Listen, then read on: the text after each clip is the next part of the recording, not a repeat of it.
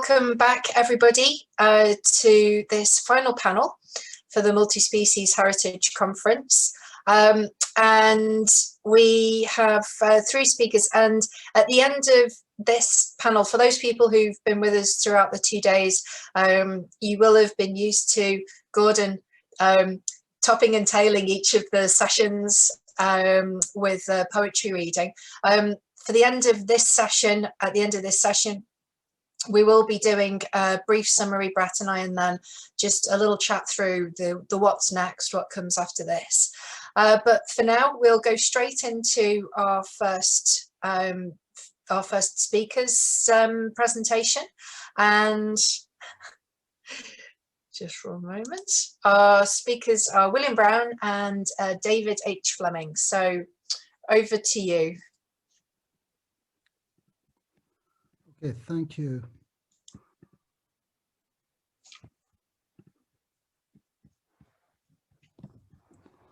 Okay, so I just want to begin today by thanking Claire and Brett and Gordon and all the panel chairs for what's been a really lively and exciting conference. As I was preparing this paper just before, it was really even that podcast discussion that I was listening in on at the end was very interesting. So to end, I think that this paper is designed to come from a space of middleness, perhaps, and it possibly will also come from a space of muddledness as we work across and in between a few disciplines, two speakers that are often referred to as working through an 8-limbed writing project, and two what are in essence ill-disciplined books of media philosophy, or at least that's how I describe them.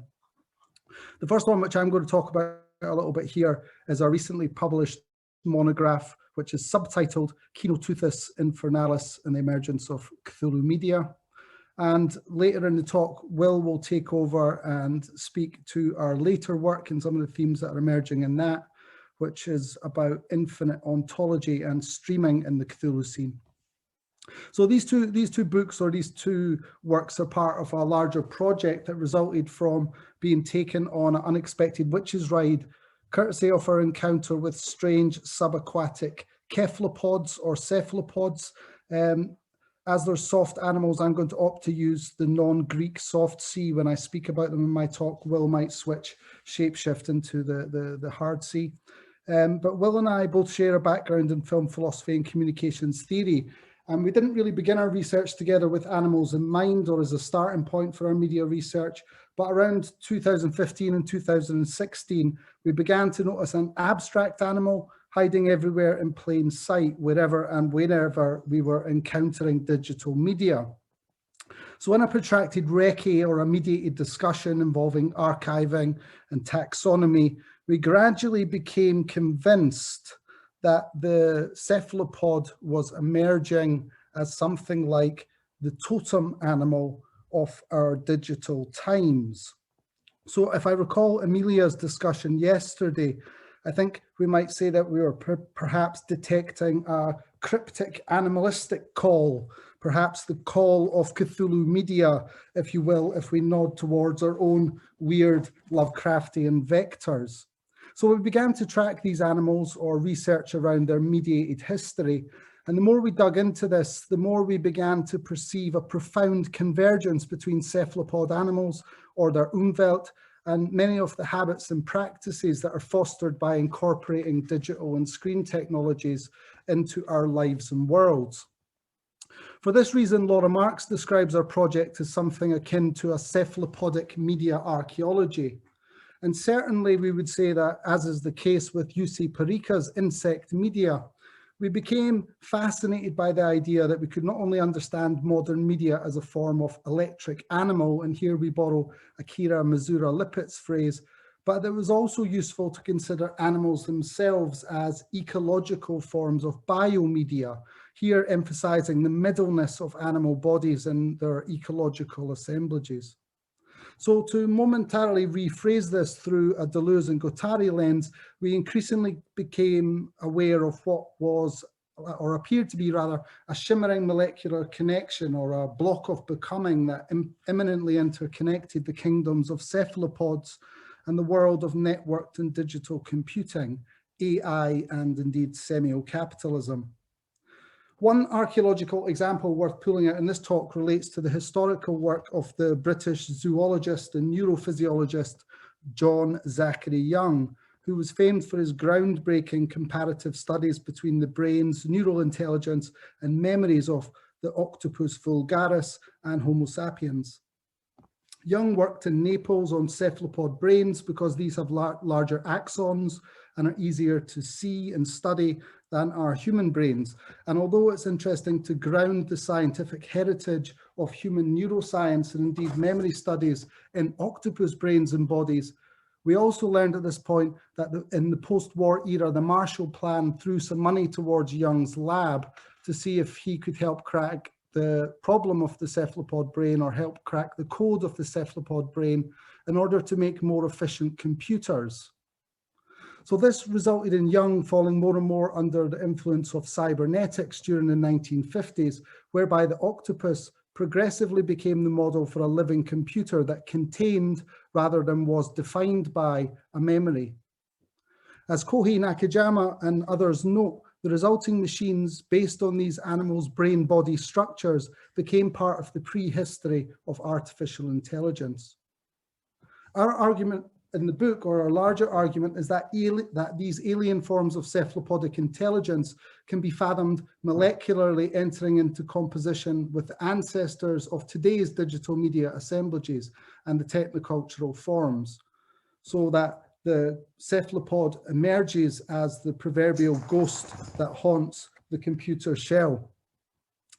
Another of the key influences in our project was the work of Willem Flusser and Louis Beck, whose biophilosophical work Vampirotuthis Infernalis, a treatise, factored into our own thinking and indeed the title of our own book. This is a book of existential philosophy written from the perspective of the vampire squid, which is actually an octopus. This animal that is, although linked to us by a common worm ancestor about 60 million years ago, appears to embody a kind of fruitful physiological antipode, Flusser puts it, or opposite to our body milieu continuum. It therefore offers a useful perspective to inhabit for defamiliarizing all the anthropocentric metaphors and indeed geometries that we typically live by. Writing in the 1980s, Flusser argued that the increasingly popular technological term software betrays a connection with the soft intelligence, and here we purloin the phrase coined by Jacques Cousteau of cephalopods. Quote, regarding the term software, there can be no doubt that soft alludes to mollusks, soft animals, which of course include cephalopods as examples. Throughout the book, we link the hypermorphability of boneless cephalopods, as well as the movement through their environments to different aspects and properties of software, such as CGI and digital rendering, as well as digital navigation. And I think here of the way that Eva Marie guided us down into the art museum yesterday through that volumetric digital ocean, or Jack and Christopher into the deep map of ghostly caribou, and today Ute and Matthias's take, or their way they led us into that octopus visit. Beyond this, as media philosophers, it was also interesting to us that the chromatophores that are located in the skin of octopuses, squids, and nautiluses result in these animals having incredible visual communication abilities. As Peter Godfrey Smith notes in his book, Other Minds, the skin of certain cephalopods is a layered skin, or as a layered screen, controlled directly by the brain. Neurons reach from the brain through the body into the skin where they control muscles. The muscles in turn control millions of pixel sacs of color. Describing a cuttlefish called Kandinsky, he notes, we can think of that layer of the animal's skin as a 10 megapixel screen. For such reasons, these animals appear as living biomedia with complex skin screens, an idea that was unethically exposed by the Backyard Brains group, who have wired up living squids' nervous systems to iPod cables in order to turn these animals into living music video machines. We trace similar vectors in today's digital screen culture and imaging techniques. In a recent journal article we wrote for porn studies, for example, we evoke connections between these deceptive animals' abilities to disguise themselves as other things in their environment or other animals in their environment with the use of deepfake AI technologies to create celebrity porn. Because deepfake pornography emerges as a technological form of sexual abuse and non-consensual sexual violence, we also relate these latest techniques back to Flusser's notion of the vampire squid's art and practices being ones of rape and hatred. And here we might again detect echoes that have been coming on throughout this conference about how animal studies should not be just about beautiful, harmonic and pleasing relationships. We should also engage with the troubling relationships these animals have with other species, including humans, and within their own species. For Flusser, the act of vampiro-toothizing our art through digital media led to what he calls the emergence of a cybernetic Nazism. And we might think here of other digital techniques and technologies and beliefs that arise or intensify in the world after Flusser, such as online identity theft, fake news, disinformation, digital airbrushing, deep fakes, deep state conspiracies, and the likes. On an aside with this, in relation to cybernetic Nazism, we also touch in the book upon the emergence of images that appear to intuitively combine Trump and his Twitter networks with tentacular and Lovecraft-esque Cthulhu images. Across the book, we try to allow the octopus to become, as the title of the more recent 2020 Netflix documentary puts it, something of a teacher. As was the case with Craig Foster in this lovely film, we found that learning about and learning from these playful animals and attempting to think with their soft intelligence or think with it leads to weird thoughts and dreams, and at times brings one to the verge of a constructive breakthrough, if not breakdown. Inspired by their shape-shifting and patterning playfulness that often gets described, or by creatures that often get described as literal aliens on Earth, we found ourselves desiring to deterritorialize the dry and ossified academic writing conventions by putting them into contact with slippery and pulpy forms of poetics. The vertebrae of the book's arguments were dissolved, we might say. In our practice, I sense a resonance with Gordon's animal verse throughout this conference, and indeed Ute's description of octopus empathy today, which appears to offer another effective method of establishing some form of ethical witness between species, even if at times here mediated by this third category of technology. It's perhaps also for this reason that David Martin Jones described our squid cinema from hell as being written as if the ecological philosophers Deleuze and Guattari had dreamed up a book on an ill-advised convertible road trip to Las Vegas. On an aside, octopuses also often expel perception-altering chemical cocktails into the brine to affect their predators and prey's perceptive apparatus and actions. So funnily enough, the idea of octopuses granting weird dreams and visions is historically common and may be traced back to, among others, Plutarch, who wrote, "Just as octopus is delicious to eat but gives one nightmares full of disturbing weird imaginings, likewise with poetry too." In point of fact, verse is very important to our larger project, both when hidden in plain sight in words such as multiverse, inverse, perverse, and the likes, but also on its own in relation to poetics. So at this stage, with poetics in mind and verse in mind, I'd like to hand over to Will, who I think is going to come in and talk about verting and versing. Thank you, David. I'm going to try anyway. Yes, I apologise immensely for having not had a chance really to engage as much as I would have liked with the conference up until now. I'm on an 8-hour time difference that is kind of rendered also meaningless. I'm in a timeless zone at the moment, having just had a child with my partner about 2 weeks ago.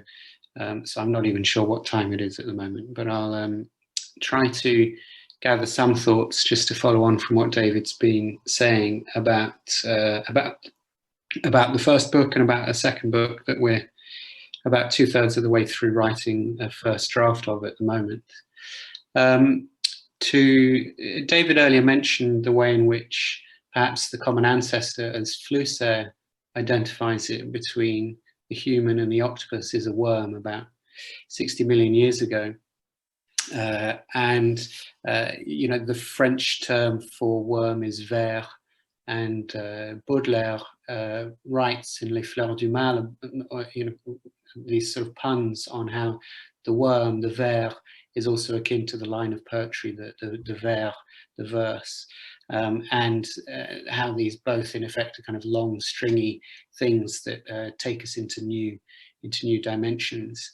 And we pick up on this in the book in order to think about how, in effect, the octopus with its 8 legs or arms has 8 kind of worms, if you will, hydrostatic kind of entities, all combined into a single but multiple, simultaneously single and multiple being. And its kind of mode of perception, which is what John Zachary Young was picking up on in the development of artificial intelligence, you know, is one that is non-linear, that's based upon simultaneity, a distributed brain, and which therefore is about the kind of simultaneous integration of multiple verses. And so what we do in the Squid Cinema from Hell book is we sort of try to chart how this maps onto sort of digital culture in a general sense. We live in this kind of world of, you know, connections with these sort of undersea tentacles that are linking up different parts of the world through sort of fiber optic cables, but also in a kind of more abstract sense, the way in which the world is sort of globalized, connected through digital culture.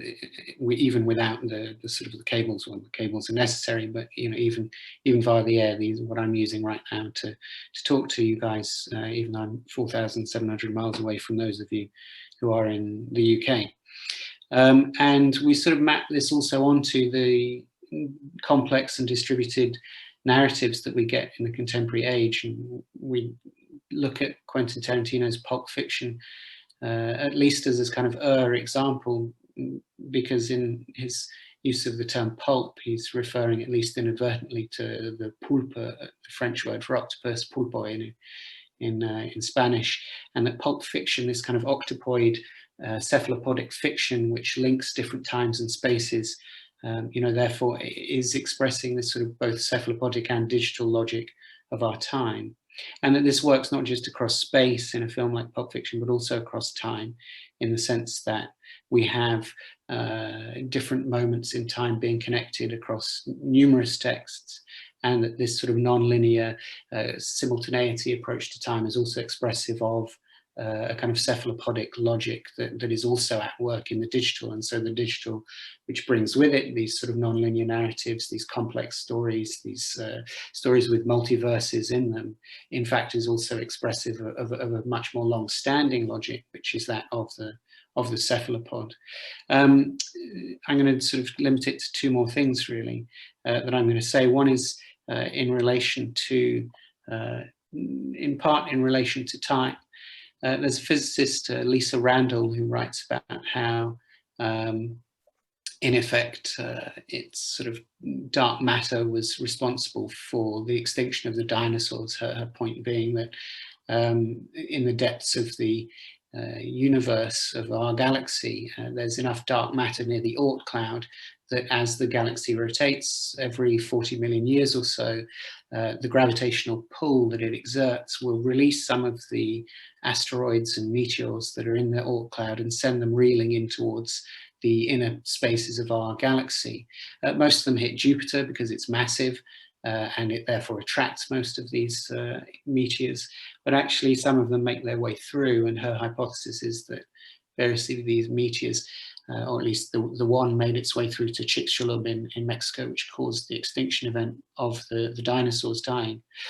So I draw upon this because in part what Randall is referring to is a kind of an interconnected space within our galaxy, whereby what happens right in the sort of depths or the outer reaches of our galaxy in the Oort cloud, and the dark matter that makes up this kind of dark but invisible but real sort of component of our universe is intimately linked with what happens here on Earth.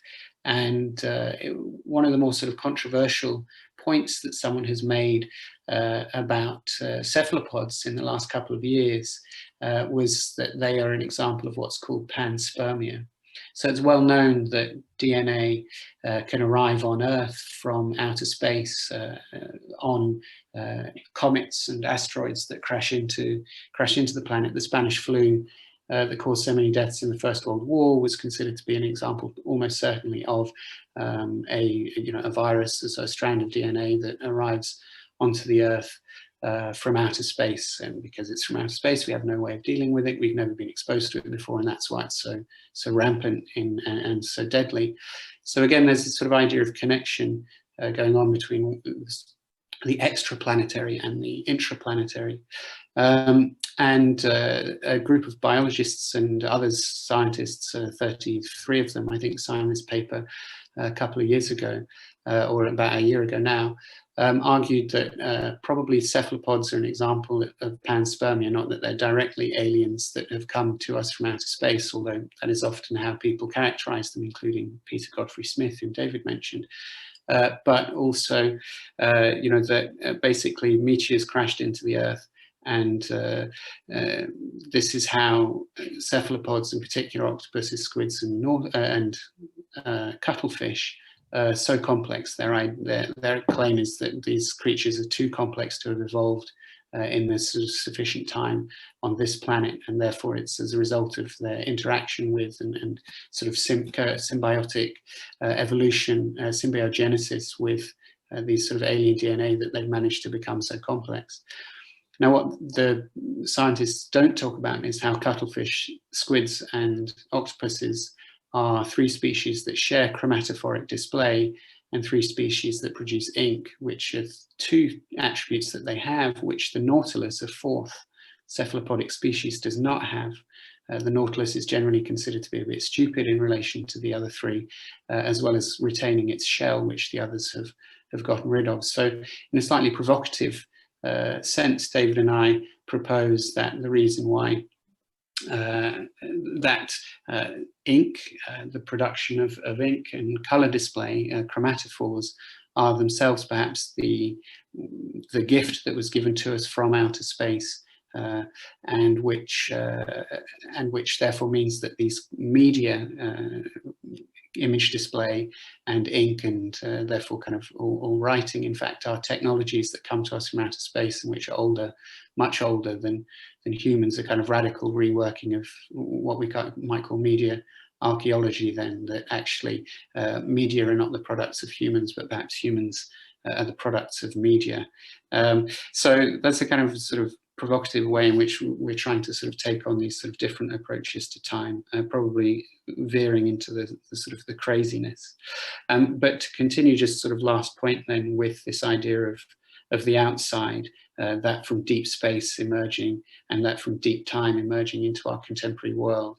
This ties in with a kind of Lovecraftian mythology of Cthulhu and the old one, which Haraway sort of partially takes up in her thinking about the Cthulhu scene. Haraway disavows her connection to Lovecraft correctly for being racist, misogynist monster, I think is the term that she uses. But what Lovecraft is picking up on, is in some senses the exclusion of the non-white and its emergence, which for him is horrifying, but which for us, we think actually we see emerging in a meaningful and positive fashion as we enter into Haraway's Cthulhu scene. And this sort of eruption from the outside, this sort of that which has been excluded from being in the minds of various thinkers, from Sylvia Wynter, Frantz Fanon, through to people like Calvin Warren today, is expressed in these shows which we have emerging in digital media, Watchmen, the OA, and Lovecraft Country, whereby we have the tentacular, the cephalopodic, being linked conceptually to a sort of a rise of blackness in particular in these shows. And that's what we're kind of working through in our new project, which is called Infinite Ontology, and which is about sort of, I guess, us trying to reckon with what typically is thought not to have an ontology, the infinite, and to think about how perhaps there's a way of conceptualizing the outside, as it were. And the Cthulhu scene is a way of allowing us to conceptualize the outside which is actually connected to our world, and which is geared very much through this companion species of the cephalopod, or these companion species of the cephalopod, but which also bring us back to fundamental, important political questions about the human and what it is to be human, and which we see being worked through in that which has historically been excluded from the human, namely, in particular, blackness, but also other racial existences. So I'm going to end there. We've gone over time. I apologize for that, but that's just a kind of summary of what we've done and where we're going with our project. Thank you. Thank you. Thank you for that really interesting presentation. I'm sure that there will be much debate at the end of this session. We're going to move on to our next speakers. The next speakers are J. Bernardo P. Cueto Suarez and Amalia Calderon. I hope that I've just pronounced everybody's name correctly there, and apologies if I've got something wrong. Is that okay? Would you like to share your screen? Absolutely, yeah.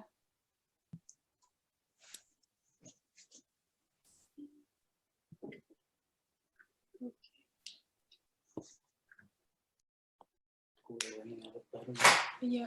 Just noticed that. All right then. Okay, so hello everyone.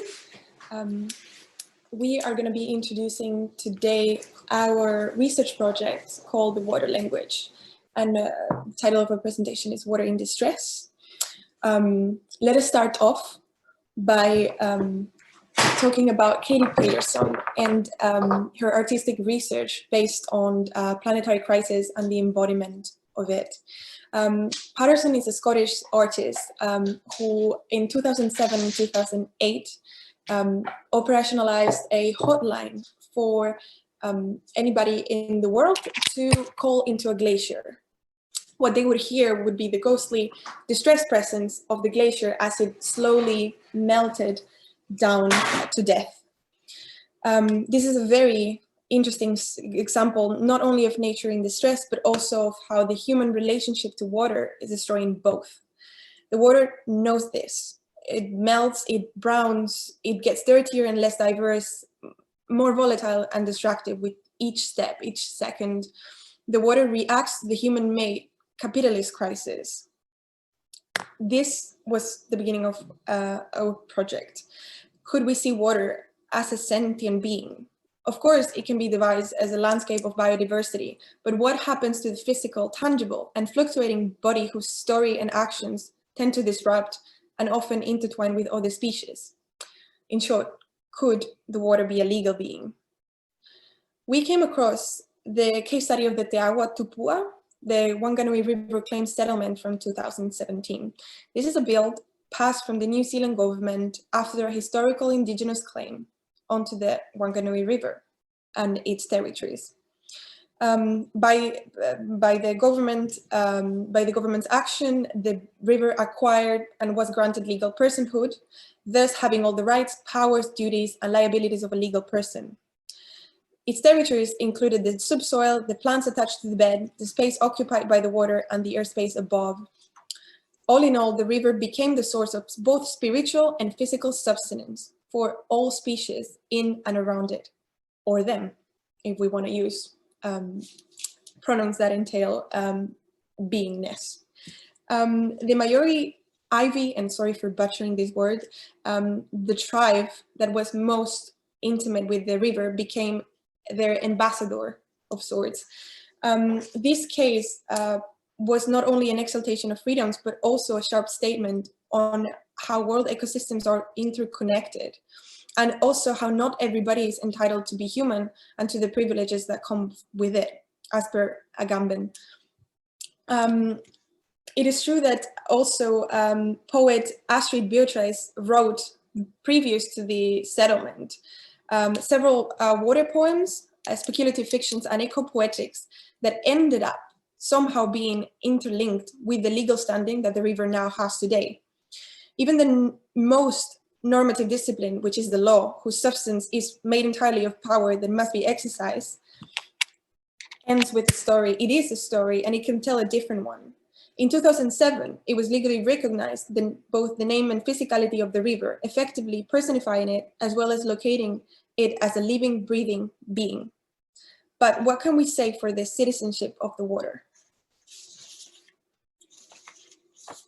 So within the Dutch context, since the Middle Ages, the Dutch have been constituting the North Sea as a kind of like oppositional entity, as there is a battle of regaining the land, and also as a vehicle for colonial exploration, commercial sea routes, and also as a resource. And on the last years, there has been a certain ecological and conservation policies and projects that have been making an effort to make a division between human exploration and ecosystem equilibrium. And here we can like presume that they try to emphasize a clear dichotomy between nature culture. And in opposition to this classification, the NGO Embassy of the North Sea intends to instead like press the recognition for the recognition of the North Sea as a political agent, and through several actions and of sensibilization, and which allows people to think with the water, as Astrid and Emanis would conceptualize that it kind of opens possibility for speculative spaces or imaginative spaces that perhaps allow us to disrupt the fundamental beliefs and concepts and dominant Western systems of thought in which we have inherited. With this in mind, we have done a trip into Texel as part of a design challenge that came on the occasion of Bruno Latour's Spinoza's Award. And Texel is an island on the north of the Netherlands, and this island bores the memories of the intervention of the Dutch in this sort of like land reclamation. And within this island, we took several photos and also recorded water sounds, and saw like what was around the water and like the debris and things like that. And then when we returned, we decided to analyze the sounds from the water. And in order to analyze it, we took a presumption of a sort of like commonality between different bodies of water, between us as like human beings of 80% water and the water of the North Sea. And in acknowledging this commonality, we can also presume that there is language as embodied, and the possibility of communicating or creating a sort of relationship that kind of overcomes this sort of like fatalistic fantasy of the ecosystem like destruction by the human being. And what we did is that we, with the recordings, we tried to rearrange the water sounds and propose the creation of kind of like speculative water poems, as we can see here on the right, and with long silence to like mellow lullabies or like cacophonies.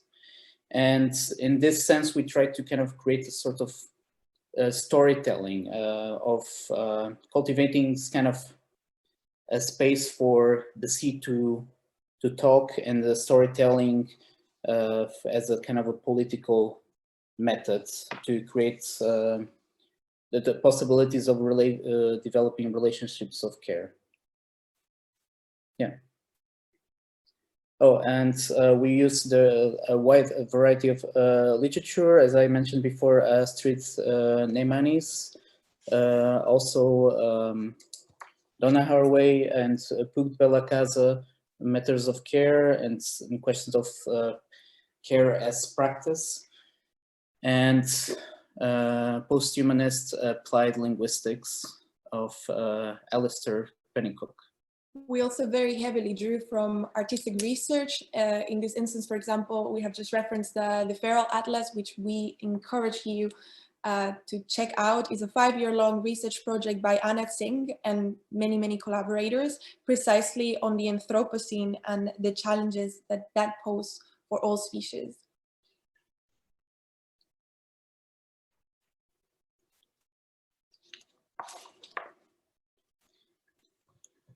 Yeah, no, You can't hear? Yeah. Therefore, and through the competition and also our own previous personal research that we had both done, we decided to initiate an interdisciplinary research project drawing from artistic research, philosophy, law, and applied linguistics. We were trying to find a way to come in and out of human consciousness, even if just inform, to provide emancipation, but also care for the water and for the relationship that the water has with other species, including humankind. And in this sense, after our initial fieldwork / trips, we decided to explore water through our own bodies and through our surrounding landscape. And so we decided to draft a collection of small exercises that, although small scale, could engage politically and or personally. These exercises are a framework, but also they're devised to be a medium in order for us to transgress the limitations in listening and interacting as we see them in our day-to-day anthropocentric lives, and to engage in multisensory and multimodal practices of semiotic relations.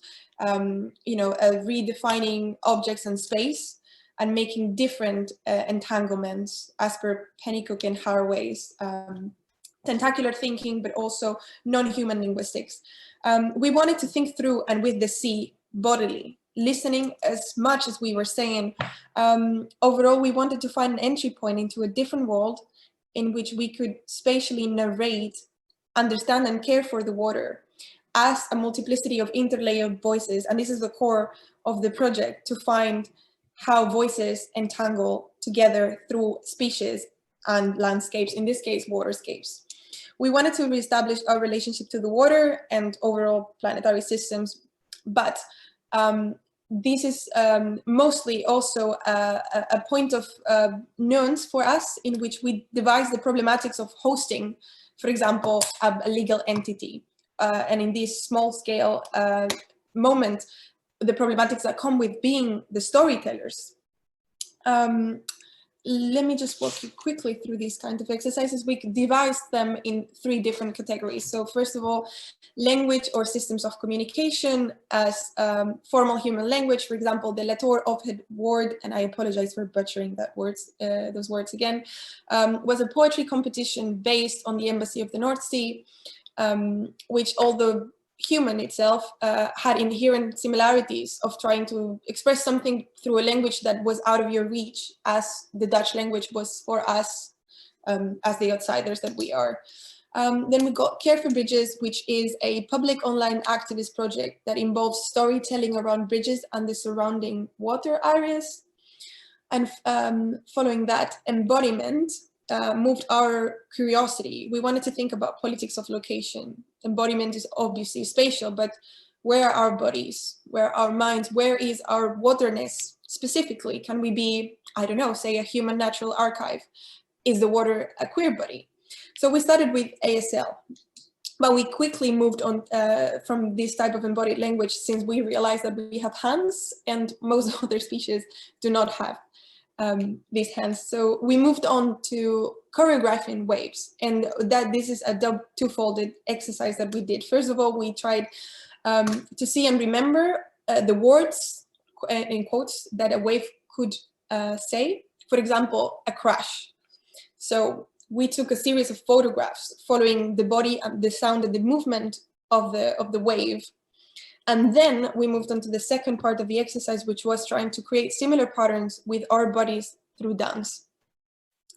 Finally, oops, not yet. Consciousness was when we decided to try out different species narratives. And I quote two exercises here, the spinning leaf and the heart of stone, with both inspiring name after Patrick Rothfuss magic methods in his fantasy saga of The Name of the Wind. The second one, the heart of stone, is a meditative landscape contemplation in which, kind of like an onion, you peel imaginary landscapes from your mind until you reach the outmost quiet and calm one for you. And it's a very fun exercise to do, actually, and it does really create a landscape imaginary in your mind. Funnily enough, my most calm landscape is filled with water. Then moving on to the second exercise, the spinning leaf.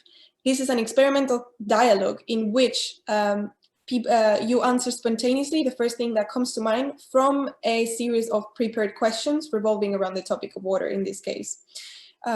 This particular exercise was devised to be taking part again and again to see what kind of answers would emerge as the consciousness or the freedom of thought might develop. And in this sense, we are soon collaborating with an activist and sociology scholar who will take the narrative of a witch, whereas myself and Bernardo will think through a river and a cat respectively. This collection of small exercises are only a beginning and baby steps, but we intend to follow the embassy's decade-long timeline for this overall legal and emancipation of the North Sea.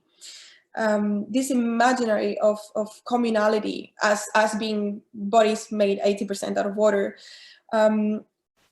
follows the project of envisioning a multi-species landscape in which, instead of an object for capitalization, this being becomes sustains the valid claim that comes from human rights, but also these empirical needs that we have in times of planetary crisis and multi-species, interspecies distress, in which the water must also become a storyteller to their own agency.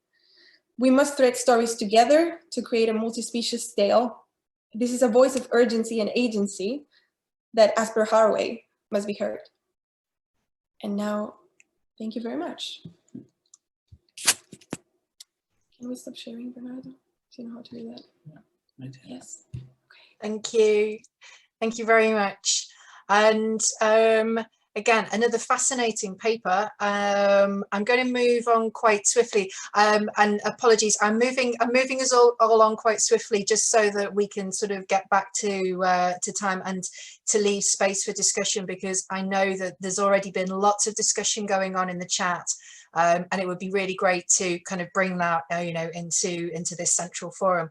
So our next speaker is Shashana Ganz, and it's over to you. Okay, thank you so much. And thank you to Claire and Brett for organizing such a wonderful dialogue between the arts and sciences. It's a real privilege to be here. And thank you to all the presenters for just the wonderful papers. I've been so happy to hear so much interesting work. And I think I should just start with a little sort of caveat about the title. It's Becoming Other, the Stories of Cows in Canadian and Japanese Literature. And given that the first paper on this panel mentioned Deleuze a couple of times, I thought that I should situate myself in a particular way on the Deleuze-Haraway debate. And so on that continuum, I fall much more on the Haraway side of things. And I would say I'm a literary scholar. Like she said, she was a philosopher of the mud. So you'll see what that means, I think, further into the paper. So with that caveat, I begin. Theorists and supporters of animal liberation, or the end of the wanton slaughter of non-human animals for human protein adornment or scientific experiment, often draw on the connections between the oppression of women, minorities, and non-human animals. Carol J. Adams and Jean O'Malley Haley show how their personal journeys as girls and then women intersect with the oppression of non-human animals. The very intimate details of these accounts are unsurprisingly characteristic of many ecofeminists who identify the oppression of animals with the oppression of women. These writers work across specious lines to show the ways in which the power structures that assault, slaughter, objectify, and sexualize women also enact this violence on animals. Adams argues that through slaughtering, the animal becomes the absent referent, and that in order for the human to consume the meat, the animal that precedes the meat must cease to exist.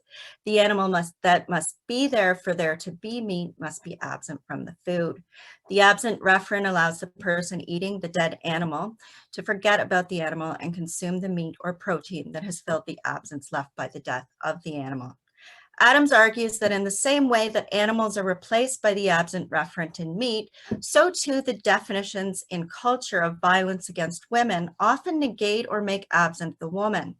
Thus, rape when woman is absent can be applied as a metaphor for other forms of violence, including against the earth.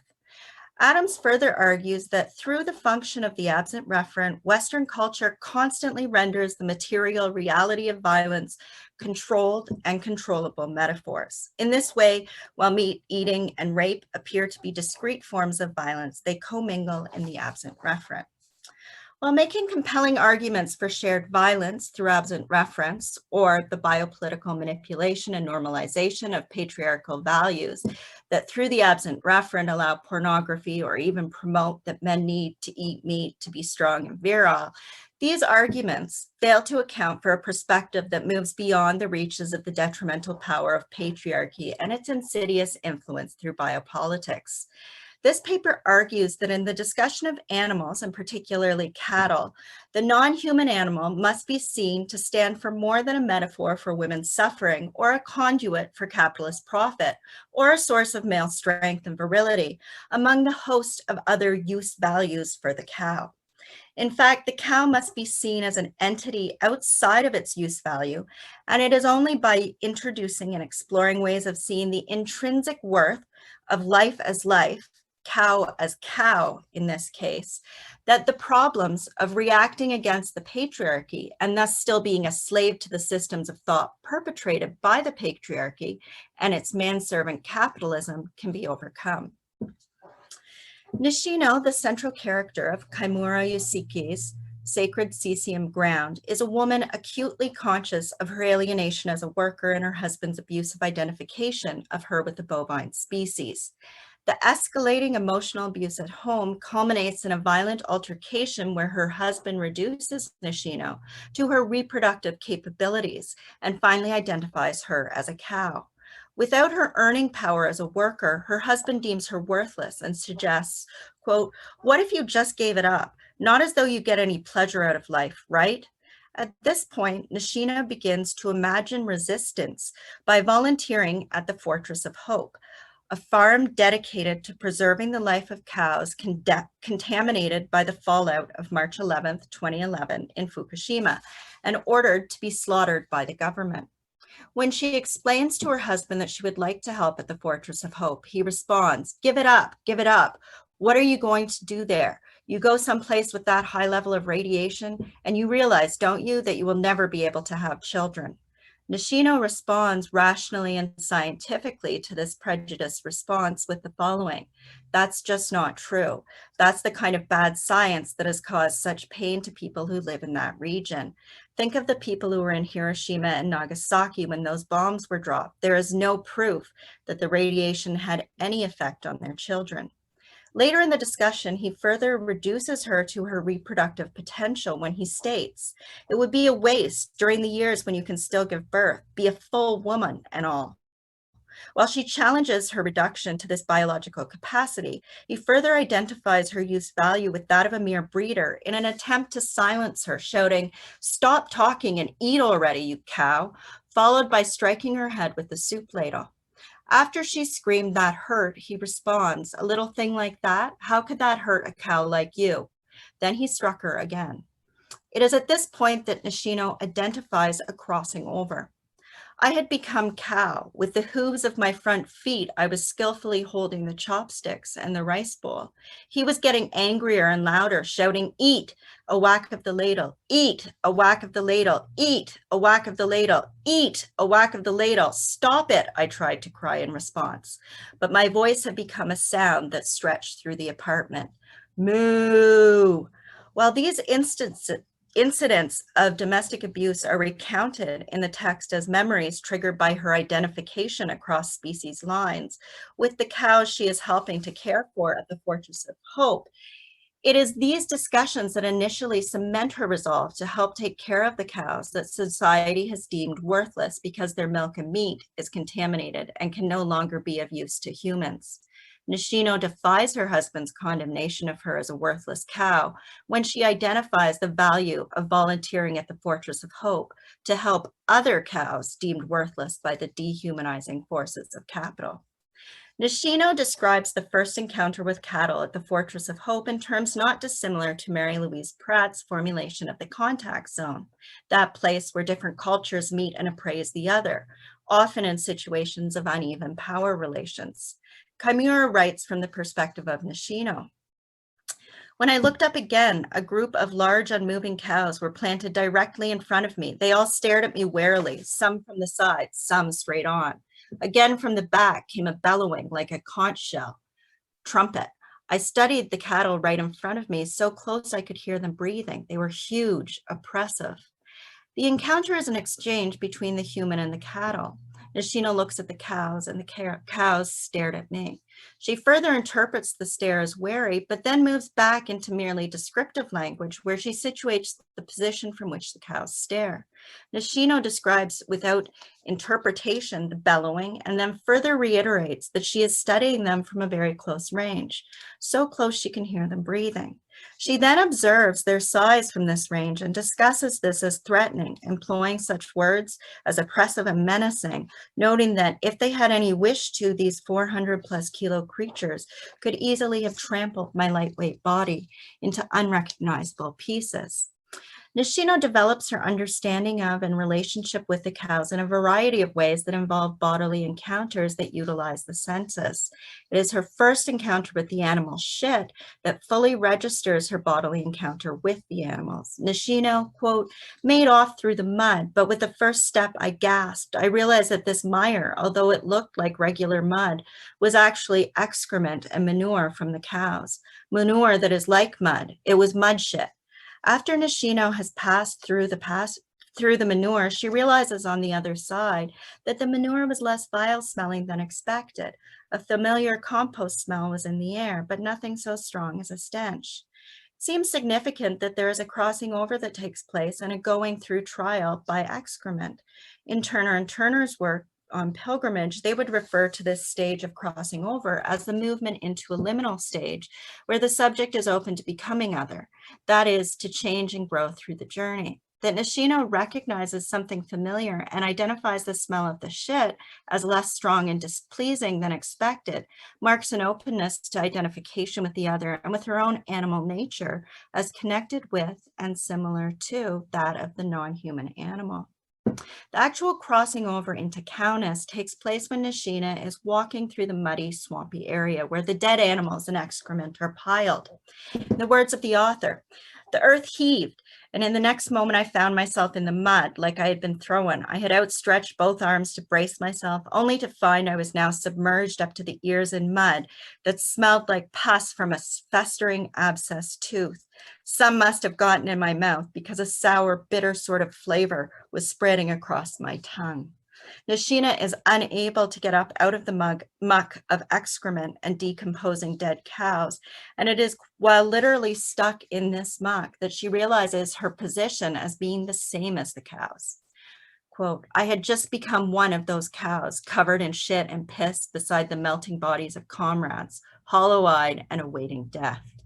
It is following this baptism in the life and death of the cows, the pus and shit of their existence, that she rises up and confronts the media personality that is filming a nice little piece about cows.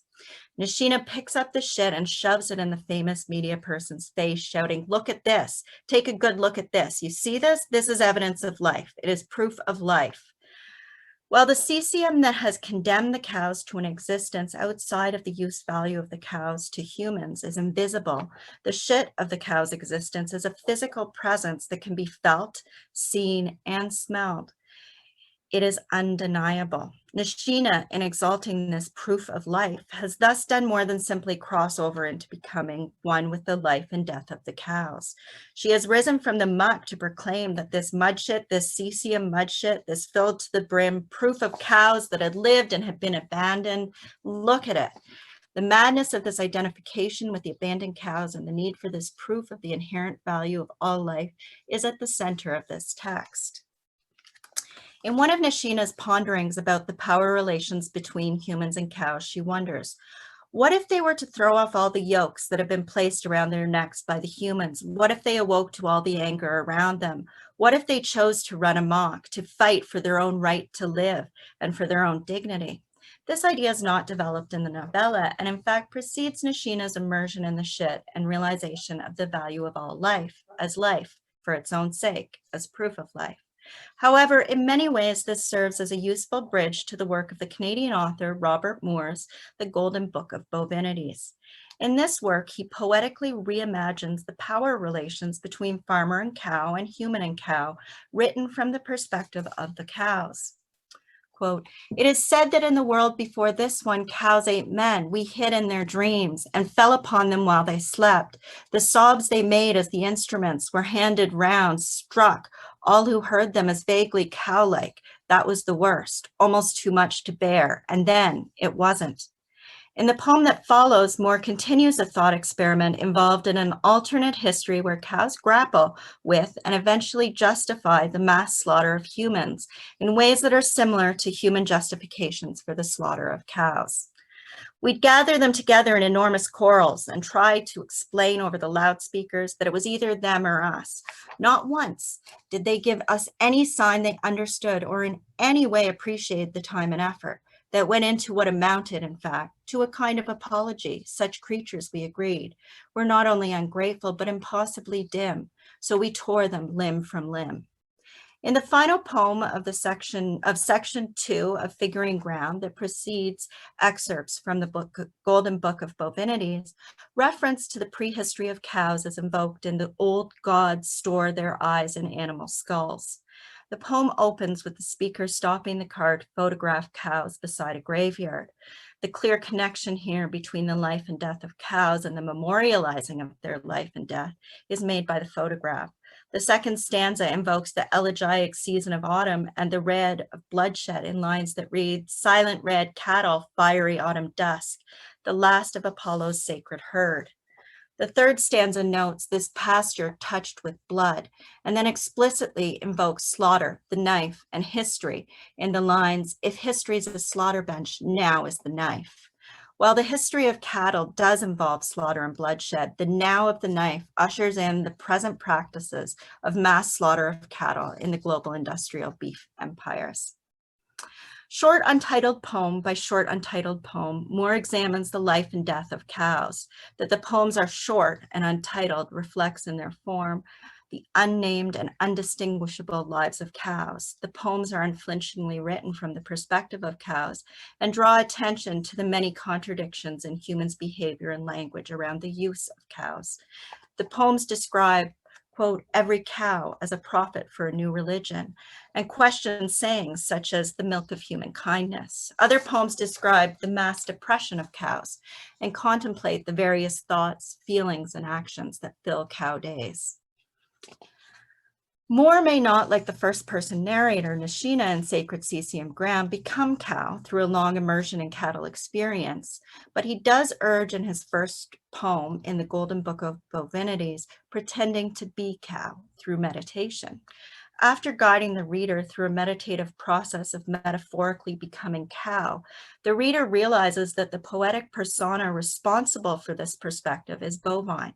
Thus, the writer urges the reader to take the perspective of the cow, and the writer takes on the persona of the cow, thus precipitating a long thought experiment in thinking like a cow. In both works, the authors embark on a journey to better understand the relationship between the human and the cows, and to understand the shared experiences of the cow and the human.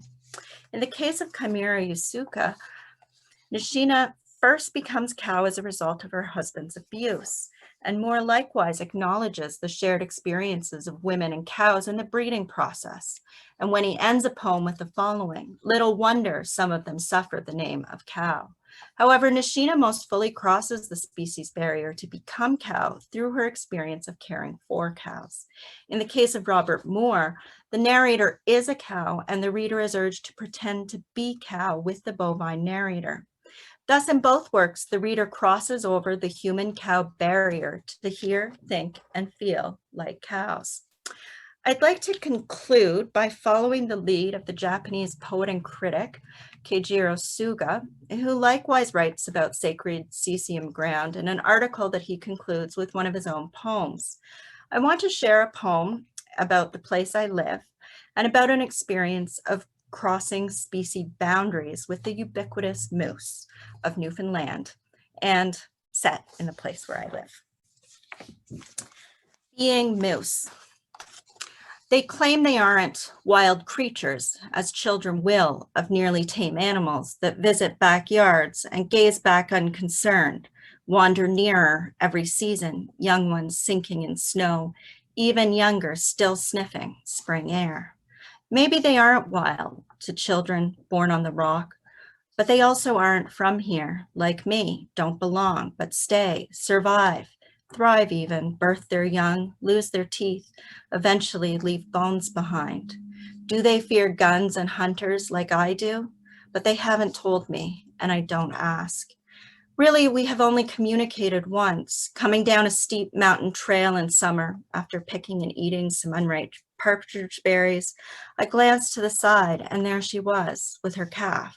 I with my young. We looked at each other for a long time. Neither of us moved.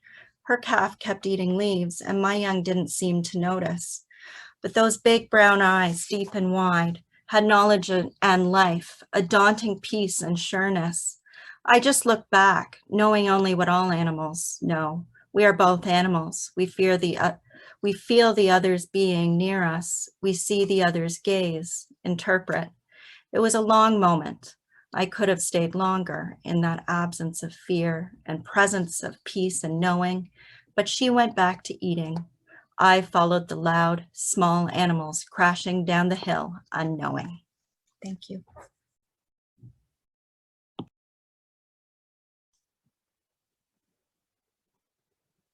Thank you, Shashana, thank you. Well, it's been an extraordinary panel. We have been taken to space, underwater, back to land again. And I know that there has been a lot of chat going on. So I'm going to, I'm trying to have a look here. I think there's actually been discussions that have, there's been an ongoing discussion, and some of the questions have actually been answered in the chat as we've been going. So I'll open it up. Does anybody have comments, questions, please, for our speakers?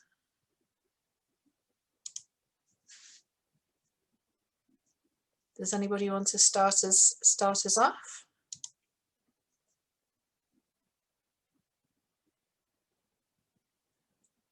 Am I missing anybody here?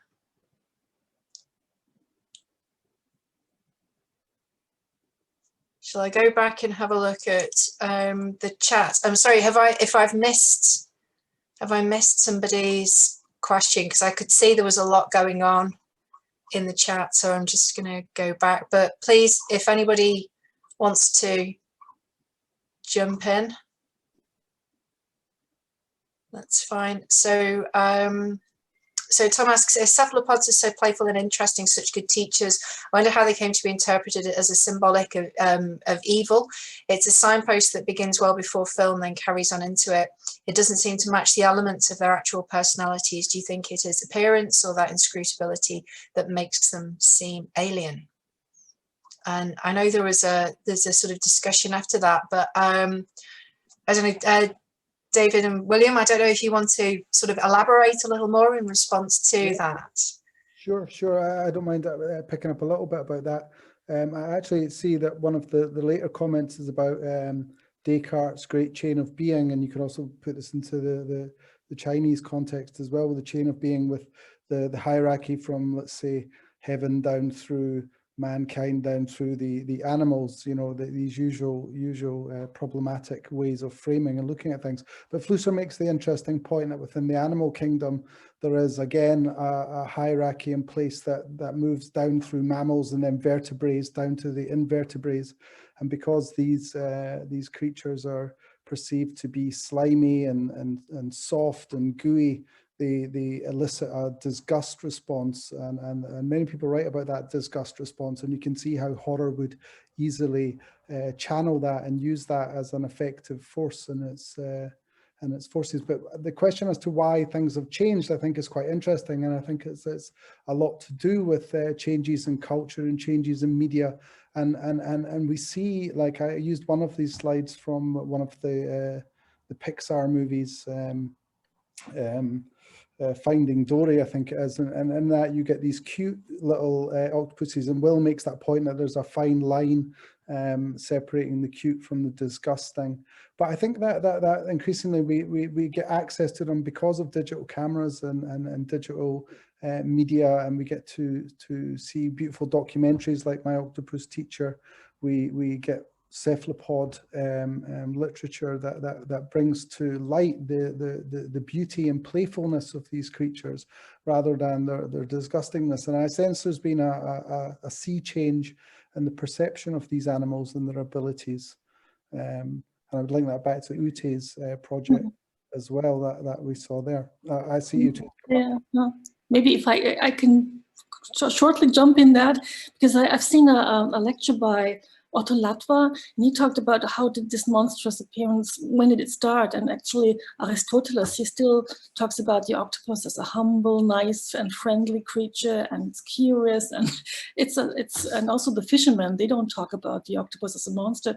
It's actually a science tale starting in the 19th century, and then the literature people like Victor Hugo and Jules Verne, they pick it up from science, not from the folklore. That was very interesting for me. And there's also talk of Otto Latva. He's a scientist in Turku at the university. And if you like, I can send you a link to his talk. It goes back to his origins, if you're interested. Mm-hmm. Thank you. Yeah, William. Just briefly to add, I probably don't share David's enthusiasm for My Octopus Teacher in the way that he does, or rather, the octopus is great. It's just a shame that the human's such a dick. But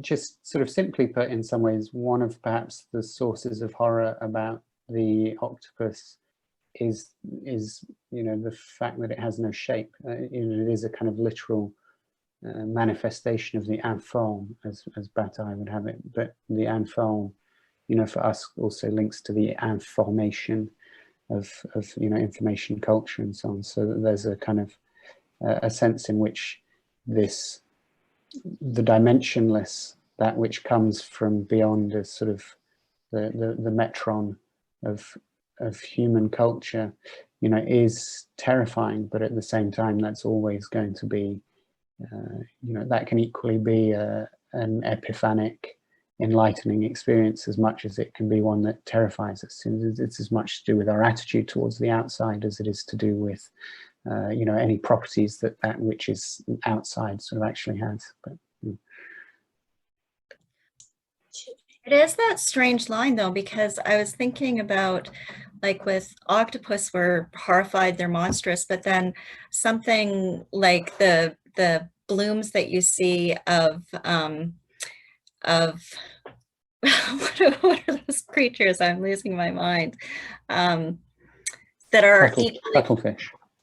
That are, well, they're equally formless, and we don't have that same reaction. It's, yeah, there's, it would help if I could not be blanking right now.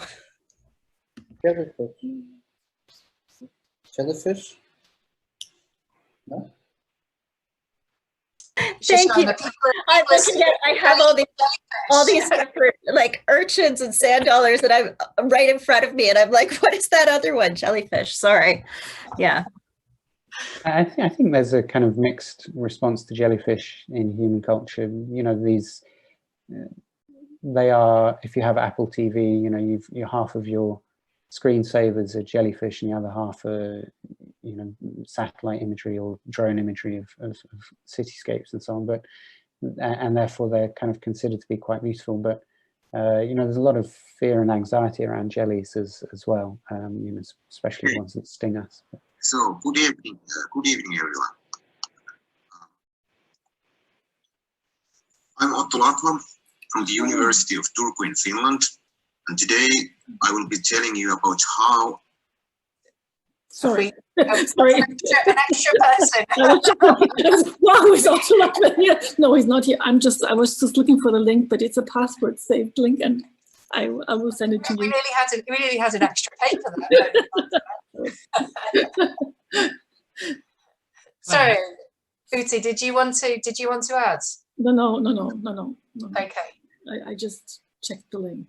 Okay.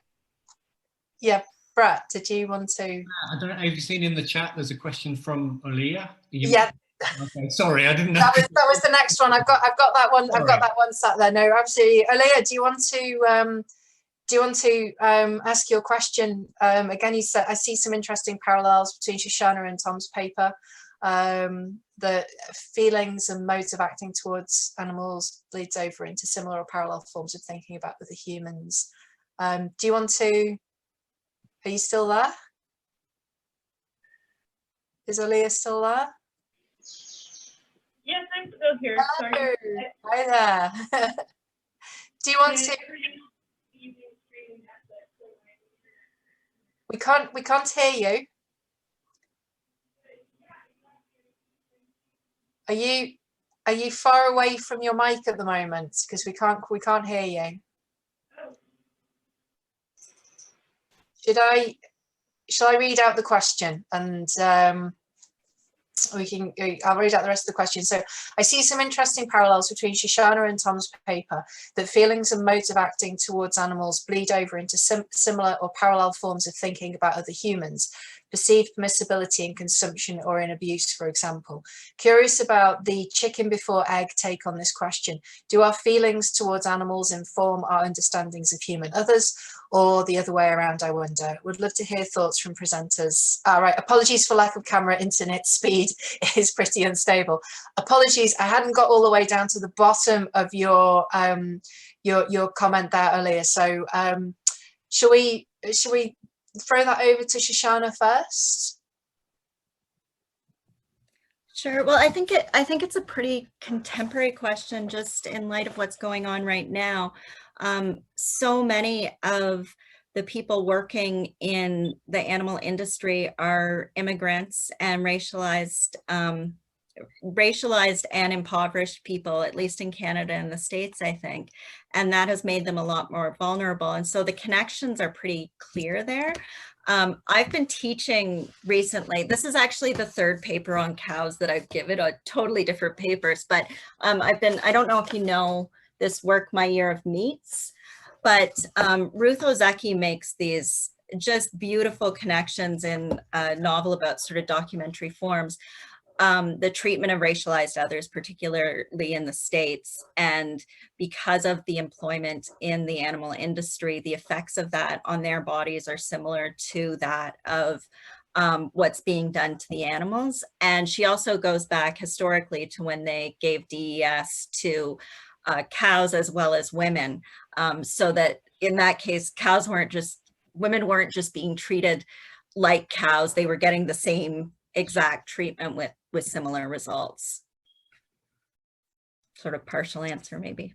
Yeah, I agree with that. And that's why slaves, with the exception of Louisiana, where they were classified as land, slaves were classified as chattel. I mean, they were classified literally as cattle. And that was the whole point of it. It's interesting, you know, in the 1880s and 1890s, in the South, when white redeemer governments were trying to reimpose some kind of version of slavery, they were doing so through what we know as the convict lease system here, where they would just throw people in jail and then lease out all the convicts to the plantations. And so they would get their free slave labor back, even though there wasn't technically slavery. And the way they did that was with a series of laws that were known as pig laws. And the way they did this was they criminalized, whereas originally stealing livestock was a misdemeanor, they made it a felony in all the 11 former Confederate states and imposed these massive sentences, because they knew that former slaves who had been artificially kept poor through slavery and not allowed to have short-term contract wage jobs in the South had no other choice but to steal livestock, chickens, pigs, etc., to be able to literally survive. And so they criminalized that in particular because they knew that it would get former slaves into the prison system. And so they're literally using the lives of animals to take away the lives, the free lives of Black labor. And while it's very clear that, you know, if we go all the way back to the beginnings of human society, speciesism came first. I mean, just by the nature of human beings. As Gerda Lerner and others have explained, there's never been such a thing as a society that did not have gender discrimination. It is built into the definition of society.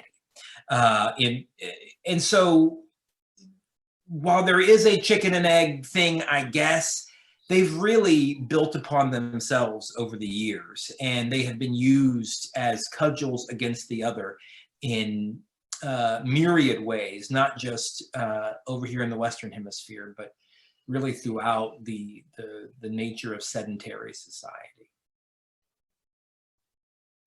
Except cows are sometimes, like in some cultures, are viewed as gods, and certain animals are actually higher in the hierarchy, depending on, like in indigenous cultures in Canada, like the Anishinaabe, they're not above the animals, and there weren't those gender hierarchies. I think they would say they're the same as the land. They'd say that the water, they're the animals. And I tend to think that hierarchy comes with, well, enlightenment, but also capitalism in particular, you know, like that's what we have to discriminate between people and animals in order to enforce rules that allow for us to exploit so that we can make money, because that's the system. But I hate to think that that's something that's innate. Like I think there are some better cultures that came before us that were much more respectful of animals. And I know, like Bernardo and Amalia, you've been doing work on this, and I'm sure you've encountered in your research that there was a very different relationship with animals and land and water. Yeah. That's a question. Yeah, just to jump on that, actually, we were just talking about indigenous languages and how they don't have this object-subject dichotomy that we tend to have in European and especially English-speaking languages, right? Everything is either being or becoming. It's systems of verbs, no nouns, mostly. So everybody has an action, which is inherently what makes the citizen, right? Like the citizenship comes with that capacity for action, for autonomy, for self-direction, so to speak. And there's excellent work as well drawn on this. For example, there's a Canadian machinima artist named Skawinati, and she has this beautiful movie called She Falls for Ages. She discoveries and reclaims cyberspaces territories for her indigenous tribe, by reimagining the myth of Genesis, in which, by the way, animals play a key role, but always as, not exactly always as servants for the human race, but you can tell that the story itself has been grained down, you know, until you become a secondary character, so to speak. Can I bring William into this discussion as well, please? Thank you. I mean, it's a couple of thoughts leading on from things that people have said. I mean, Tom in particular made me think about the distinction between the plantation and the plot that Sylvia Wynter makes, you know, and the way in which the sort of spaces that slaves would be using, in particular in production of yams, is the kind of the food that people pick up on, you know, as being one that pertains to the slaves, but then which gets co-opted, you know, by the plantation owners. You know, this sort of ongoing process of, in effect, you know, slave land, slave animal relationships sort of being co-opted in, you know, by capital. It is a sort of a well-established process, and that kind of makes me think of Zakia Iman Jackson's work, and she analyzes Beloved, and she looks at this moment when Paul D, who's one of the slaves,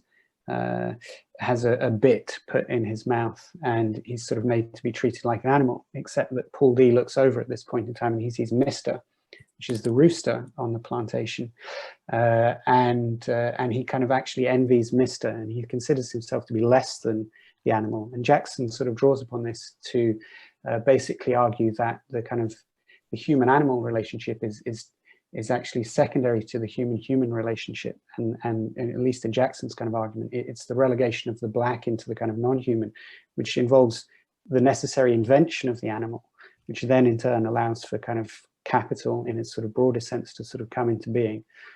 For David and me, I think this would chime with Grégoire Chamayou's work on manhunts, where he argues that basically hunting as a whole is not built upon the kind of hunting of animals, it's built upon the hunting of other human beings. And again, this is kind of like involves the sort of necessary invention of the animal, because those who were hunting as well as those who were hunted would often be either given or dress themselves up in kind of animal disguises, and use that as a way to then kind of subjugate these other sort of humans, non-humans, however we want to define it. So this kind of chicken and egg question, I think, always sort of really comes back to, absolutely, the human and the animal are completely kind of linked to each other in this sense, but you know, often the animal is really this kind of byproduct of the human relationship.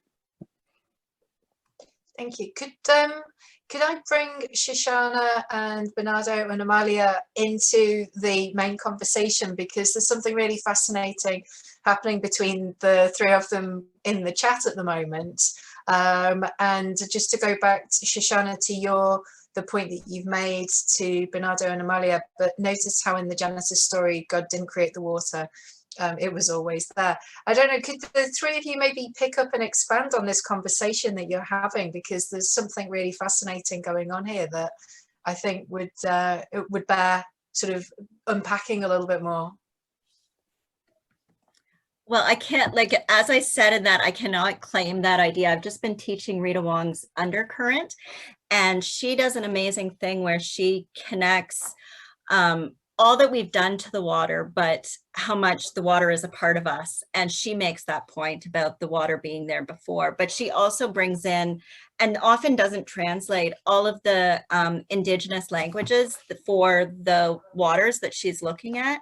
And then she actually follows a water. And if you can see this, she shows the like shape of the waterway, and then there's the languages are interconnected with that, and they walk the river together. I don't know if you're familiar with this or not, but I think I like what you're doing even more, because I love that expression of the sounds, and especially the dance part. I think that's wonderful. But just that water is this being that an entity, and we limit things. Like, I've been writing about rocks as having agency a lot lately. Like, that's one of my interests. So water is something that I love looking at too.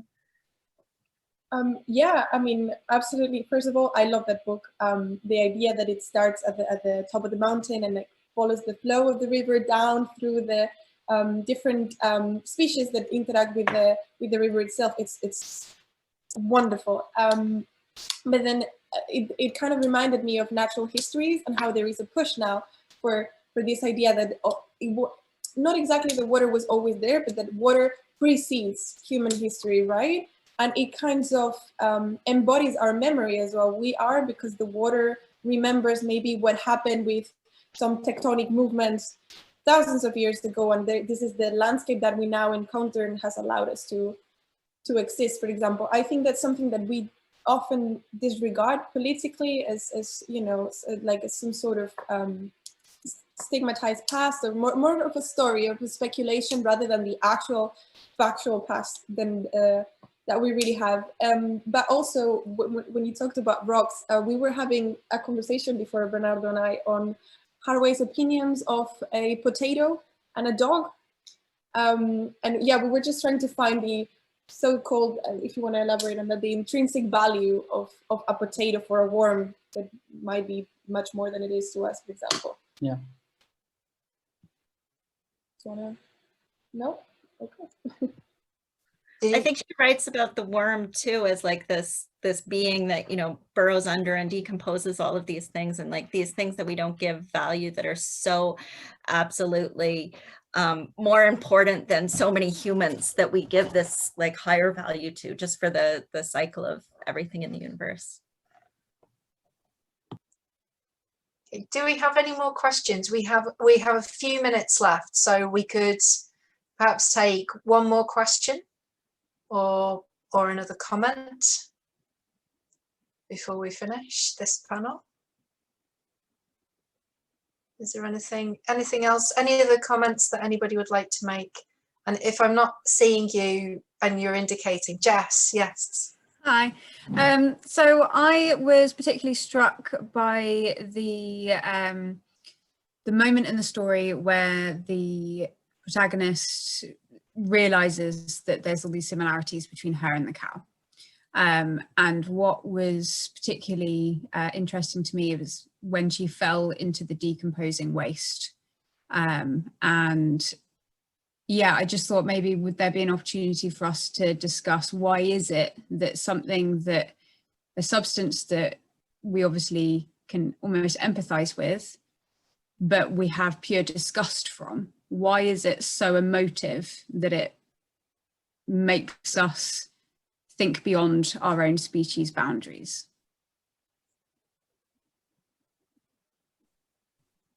Shashana, I don't know, do you want to take that?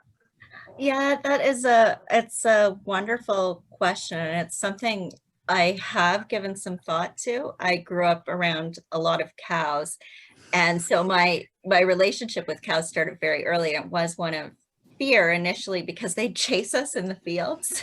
I don't know that they were really chasing us. They were kind of playing with us in a way. But there's something about like when you step in a cow patty that's wet and the process that it goes through, and there is something about like the human body functions that remind you that like you're an animal too. And then when you notice that, wow, these vegetarian animals, their shit smells like it's not that bad, right? And she has that realization, like she eats meat in the novel. And I think for somebody who's not a vegetarian, when you realize that the vegetarian feces is not as bad as you'd expect. And so she has that experience, but that isn't what changes her. It's when she's in the like awful muck of the decomposing animal. And that seems to be the different, like there's actually dead animals in that muck, and it's bitter and it's disgusting. And I think that's where she's reminded, like you're reminded by death of animals, like the horror of it when you see an animal die or a dead animal. Like for me, those are moments of shared mortality. Like you realize that if you're willing to actually look at it. And so I don't know if it had to do with just the vegetarian shit or if it was actually about the death. And yeah, it's a really interesting point. It reminds me of the concept that transhumanism and there's trying to separate animals from human spaces because it's a reminder of our own mortality. And it can have very, very subtle nuances of things like you might have a dog in your home, but not allow your dog in your bed, because you might say that that's because the dog carries ticks and you don't want to have ticks in your bed, which seems very logical, but it's still this constant reminder that we can share certain biological agents with them, and that actually we are these multi-species entanglements, or whatever you want to call it, and animals can become a threatening part of that. But yeah, I think it's interesting how waste, whether it's feces or blood or carcasses or anything like that, really do bring to the fore our own mortality, and that can probably be attributed or help to reaffirm those species boundaries, because we don't want to go there.